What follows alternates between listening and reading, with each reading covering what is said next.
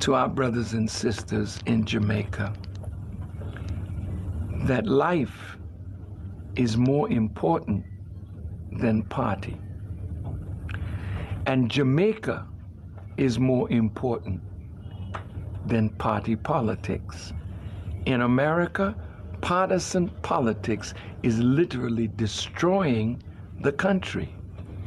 So even though we disagree, that disagreement should never allow us to take the life of another human being simply because they are a member of a different party. What's up, guys? Welcome back to the channel. Today I want us to listen to this powerful message from Minister Louis Farrakhan, a well-known American activist and leader. In this speech, he speaks directly to Jamaica, its leaders and the people, delivering a strong warning about political division, violence, and the need to put human life above party politics. Minister Farrakhan reminds us that political disagreement should never justify hatred or the taking of another person's life. He also addresses Jamaica's economic challenges, national debt, and the lasting effects of colonialism on the Caribbean, issues that are still deeply relevant today. Watch the video till the end and I will be back with my reaction and thoughts. On an official visit to the Gleaner, Minister Farrakhan, who was a key player in the organisation of America's Million Man March in October of 1995, said Jamaican politics should be about more than just political tribalism and thuggery. So now if I got a yellow shirt or a green shirt, does that mean that it has deprived me of my humanity? So we've got to outgrow these immature expressions of our differences. Jamaican politics must never degenerate into thuggishness. Politics is a means to an end, and the end should always be for the good of the island of Jamaica and all its people. But in a bleak warning to Jamaica, Minister Farrakhan warned of a revolution by the people unless government acted quickly to rectify Jamaica's debt problem. There's a bitter pill that Jamaica has to swallow because of the debt of $216 billion and the slowdown in the economy. So let us hope and let us pray that we will be able to ease the pain through good politics, but at the same time, if we don't move quickly, the masses will rise in Jamaica, just like they're doing all over the world. And what I would hate to see is that a well-armed army and police force will shoot down those in the street. In Jamaica, I'm skipping, they tried in 1976 to organize a military coup to overthrow Michael Manley. In 1976, they supported attempts to assassinate Michael Manley on 3 different occasions. The little man who led Jamaica, who spoke at Savior's Day, was such a threat to our government that they attempted 3 times to assassinate the man in 1976. So later, they found a way to get rid of him through riots in the street over food, when they cut off assistance to Jamaica. It's beautiful. You've got one of the most beautiful anthems in the world. And you got a seat in the United Nations. Big up for you. But independence, you don't have that yet. Independence, you don't have that yet. My father, my mother told me, because I really never met the man, was a Jamaican, very handsome.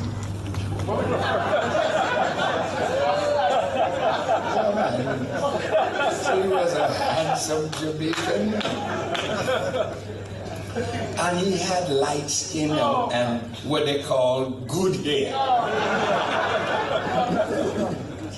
Lord help us. Hair has now a moral quality attached to it. But she told me that my grandfather, his father, was Portuguese. So I said, Portuguese? Then as I matured, I saw that in the Inquisitions in Spain and Portugal, many members of the Jewish people who had mastered in Europe the sugarcane industry in Spain, they had become great, we call it entrepreneurs, financiers. But in order for them to continue to live, they either had to say, I'm a Christian to survive, or flee. And many fled Spain and Portugal and came to what is called the West Indies and South America, namely Brazil. Now, if you study the slave trade, I don't want to labor on that so much, but in the Babylonian Talmud, did you know it was a rabbi that said that black people are cursed, black, doomed to be hewers of wood and drawers of water, because we are the children of Ham, that son of Noah that disrespected him?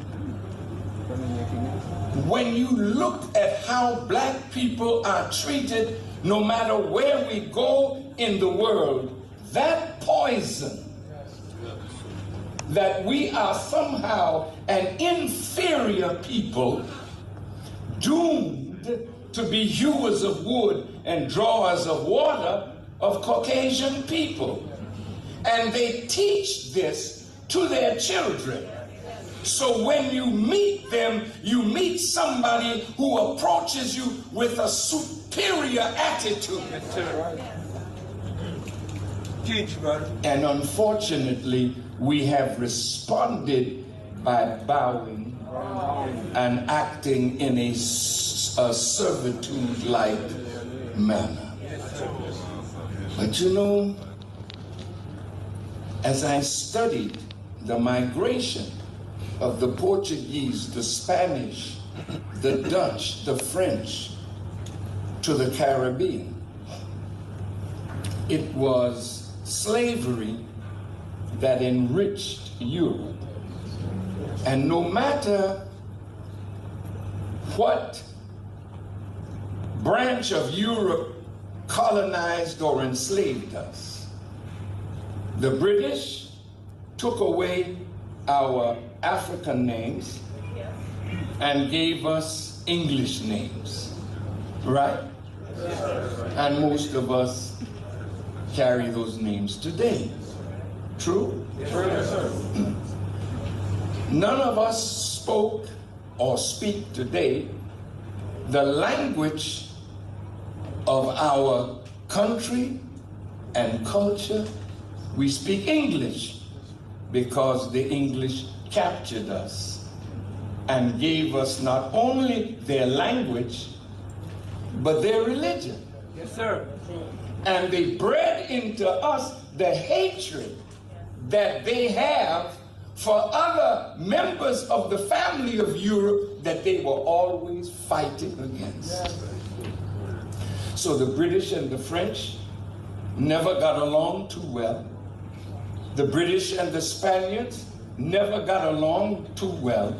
And so here we are, we the British representatives. Is a Christian because the French made him that.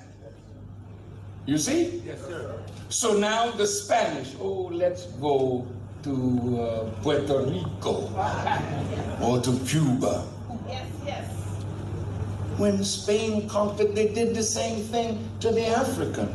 Take away your name, take away your language, take away your culture, give you their language, give you their religion, and impose upon you their mind. Yes, sir. So here we are in the Caribbean. We are so divided, not just between British, English-speaking West Indians, French-speaking, Dutch-speaking, Spanish-speaking, French-speaking. No, no, no. We are worse than that. When I was a little boy, I heard a calypso song that was written by a Trinidadian, a Calypsonian, long time ago. Small island, go back where you come from. Small island, go back where you come from. You come by the 1 and the 2 and the 3. Now I find you up inside me breadfruit tree. Small island, go back where you come from. Now look, he was talking about the Bajans. What am I saying, my dear family? We were not only divided by the languages and cultures of Europe, we began to be divided even by our islands. So Jamaica and Barbados and Trinidad and St. Lucia and Anguilla, all of the islands, they had some beef against somebody from another island. And in America, when West Indian people started coming, they couldn't hang out with their own islanders. They had to go to a church, and for the first time, people from all the islands learned each other, learned to live together, learned to work together, learned to plan together for the advancement of those from the West Indies. And it was in that environment that the languages of the Caribbean, the dialects of the Caribbean nurtured my life.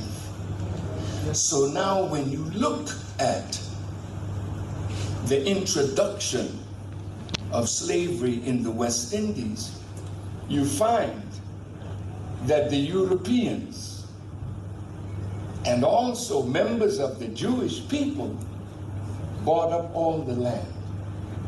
So the land where we worked in the cane fields was owned by somebody else. So we were always the plantation workers, but rich white people were the plantation owners. And so they made the wealth from us, but we just barely survived. So now, the Caribbean gave to the world sugar, bananas, pineapple, rice, and coffee. And in Brazil, there was sugar, tobacco, cocoa, and cotton. And the whites were the masters of the production and marketing of all those things. And of course, the British, the French, the Dutch, the Portuguese, the Spanish, all controlled these territories at various times. But no matter which European nation controlled the land and the sea, it mainly was the Jewish merchants who controlled the profitable trade in the produce of the Caribbean and America. And so here we are today. This is 2011. Me no know when we loggerhead Jamaicans are gonna wake up and say PMP and JLP is nothing good for the country. Nobody feel like say PMP are come make no changes. Me can't tell you that PMP them a come to do the same thing. Them a come to rob up the country, fat up them bank book, make sure that them pitney go through college and them live the best life. PMP and JLP is nothing good for the country. We need a different party to come in play. We really love Jamaican and love Jamaica for what it is. You can't, brother, sometimes you can look on them politicians and brother and see teeth in them face, you know. Man, know how you know see it, you know. You can just look on them and see them as all guilty Jew. We come for rob everything for themselves. They just have this general look on them. Not care how much big speech they make and tell you how them a come to do this and do that. You can't say behind closed doors, then sit down and laugh and say, me can't wait for get in, for come rob up the country. PMP, JLP, I see him. I saw a video where the leader of the opposition was telling Jamaicans that if he is elected, he will free up beach access to all Jamaicans.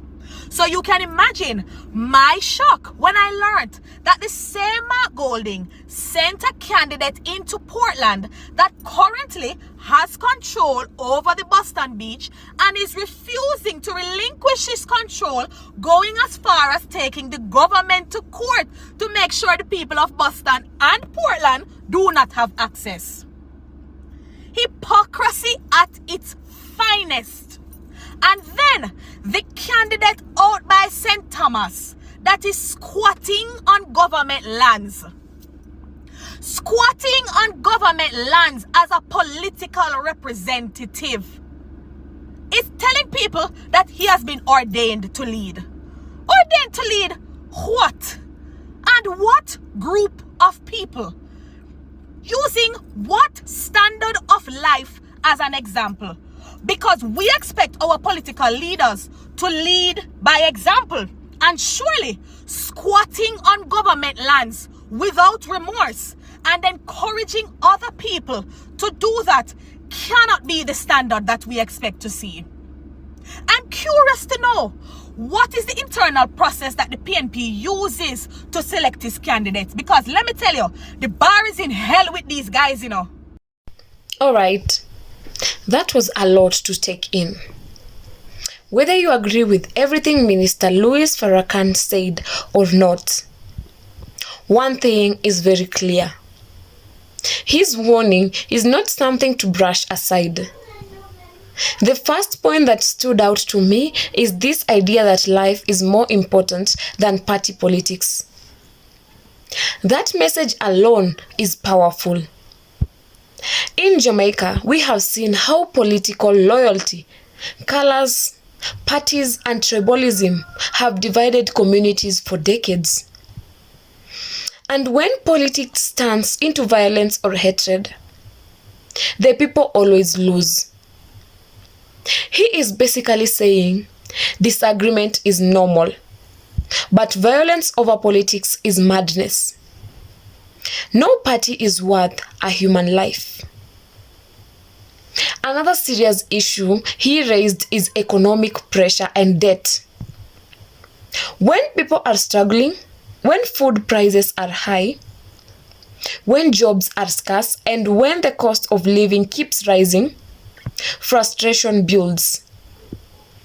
History has shown us, not just in Jamaica, but worldwide, that when governments fail to act, the people eventually react. And that's the part of the speech that should really make leaders uncomfortable. He also spent a lot of time talking about colonial history, how Caribbean nations were stripped of land, culture, language, and identity. Whether people like hearing that or not, it's true that many of the systems we'll still live under today were built during colonial rule, and those systems didn't disappear after independence. We got political independence, but did we really get economic independence? That's the real question. Another strong point he made is about division among Black people and Caribbean people. Not just by politics, but by island, language, religion, and even skin tone. And when you really think about it, that division has benefited everyone except us. While we argue PMP versus GLP, or island versus island, the same problems stay in place. Corruption, inequality, and leaders who often don't live by the standards they preach. Towards the end, the criticism of political hypocrisy hits hard. Promises made during elections don't always match actions once power is gained. And that's something Jamaicans are increasingly calling out.